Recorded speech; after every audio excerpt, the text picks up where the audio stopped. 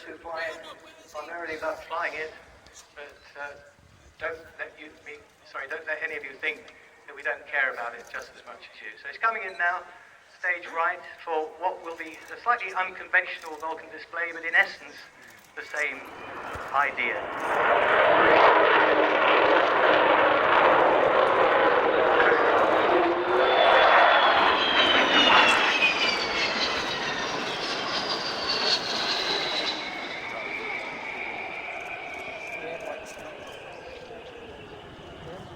Because of all the villages that we have to avoid here, don't be too concerned. It's just a little bit of a wide display, but Phil will be doing his best to give you as much noise as possible, and certainly to show this beautiful aeroplane off to its best ability.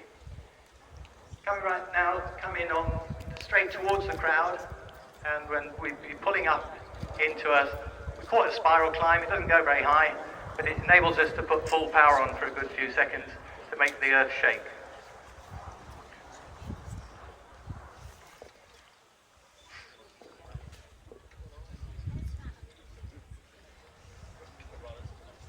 Philadelphia is a very lucky, I call him a young man, some of you call him a bit older. He's also the chief test pilot for Rolls-Royce, and he has his own Spitfire PR-19 as well to play with.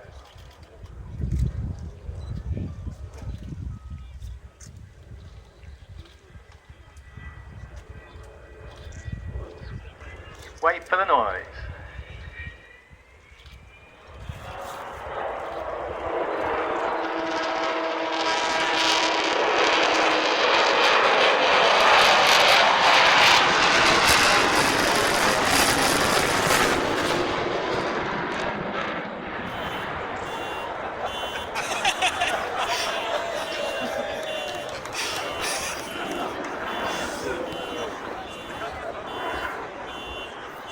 The whole principle of design for this aircraft, initially designed by Roy Chadwick in the late 1940s, was that Britain needed a nuclear bomber, and it needed one big enough to carry a large bomb, but it had to be able to climb to 50,000 feet, hence the lot of power that it had. It also had to maneuver up at that height, and in its era, nothing could outmaneuver it at above 50,000 feet. None of the fighters of that generation could outmaneuver it, and it would have even been very, very hard to be shot down by air-to-air missiles, and the surface-to-air missiles were not very well developed either.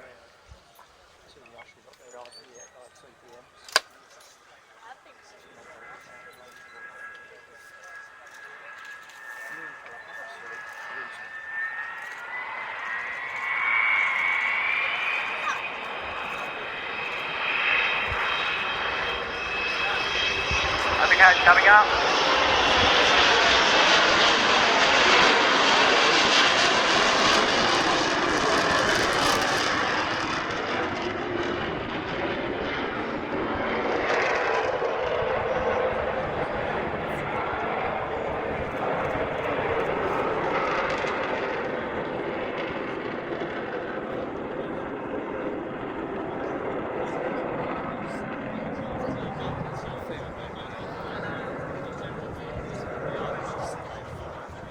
Ever since the showroom tragedy, I'm afraid there have been restrictions put on all vintage jets, and the Vulcan is no longer allowed an overland display to use more than 60 degrees of bank. Hence, there was no big wing over just there. Kev Ruman's famous for his rather over banked wing overs, but I'm afraid we can't do it here. Waiting now should come in and go into a left turn, wait for the bomb doors to open.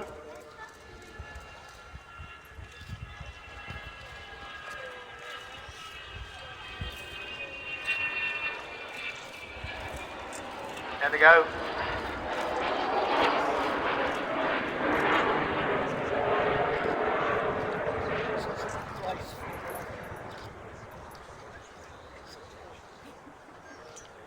Sadly, the Vulcan has to come to the end of its life, not because of a lack of funding, because we've had so much magnificent support from the general public over the years, but purely because it's no longer permitted to fly without the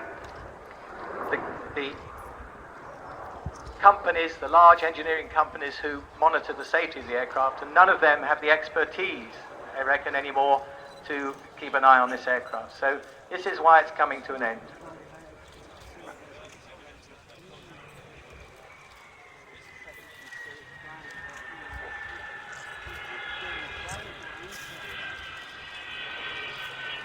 Doors closing.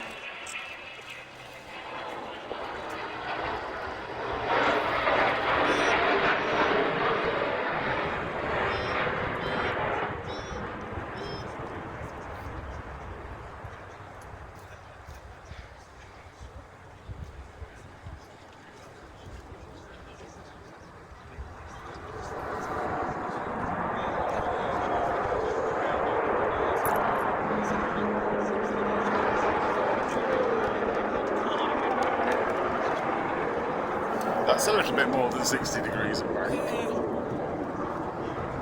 absolutely no idea if I'm getting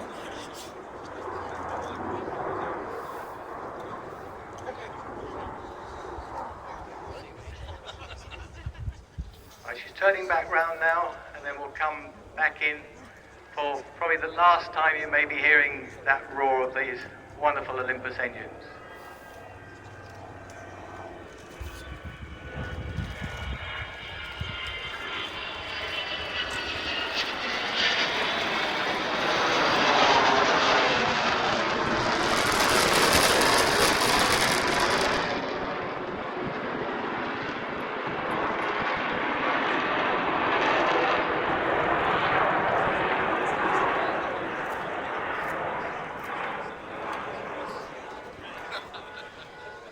I now think, there go the car alarms. Now, I now feel you're going to get one more chance for that. They couldn't leave you with just that. So, the good news about this is that the aircraft will continue up at Doncaster. It will be a living, breathing aircraft, but no longer in the air.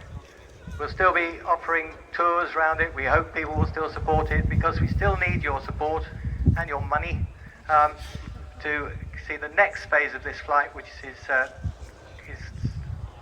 moving ahead quite well to become an aviation academy.